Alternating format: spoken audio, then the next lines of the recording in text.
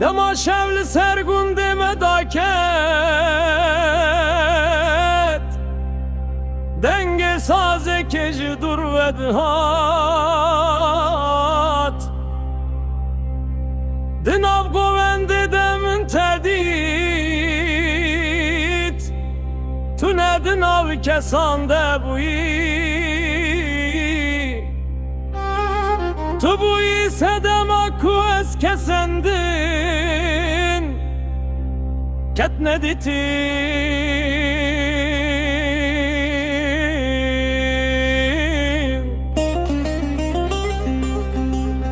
Defledi da le dilimin zutirji defeli da, tu bikene kelimin neheri, ez hici bu meherini dedicim.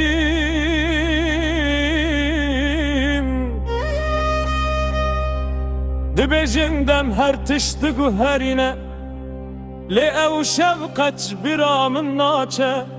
Her kar ku denge sazed bihizim, ez disa ve digerim vecihe.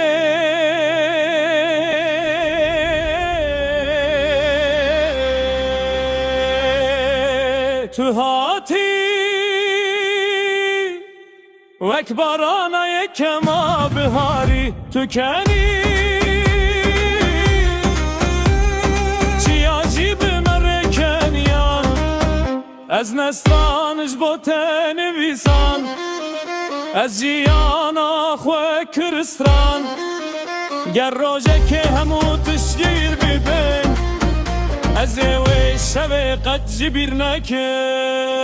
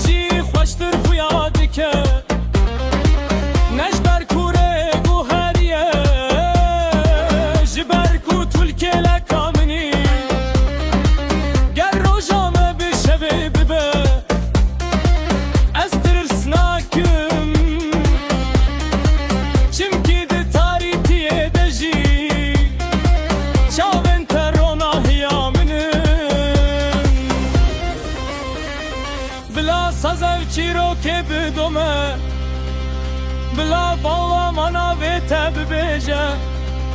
Hinevîn jî gotinan mezin tire, û tenê di dilan de dijî.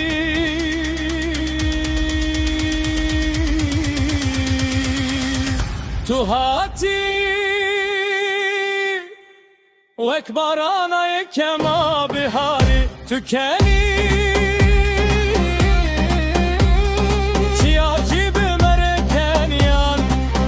Ez nestraniş boten vizan, ez jiyana xwe kiristran. Ger rojekê hemû tiştî vir bibin, ez ê wê şevê qet ji bîr nekim.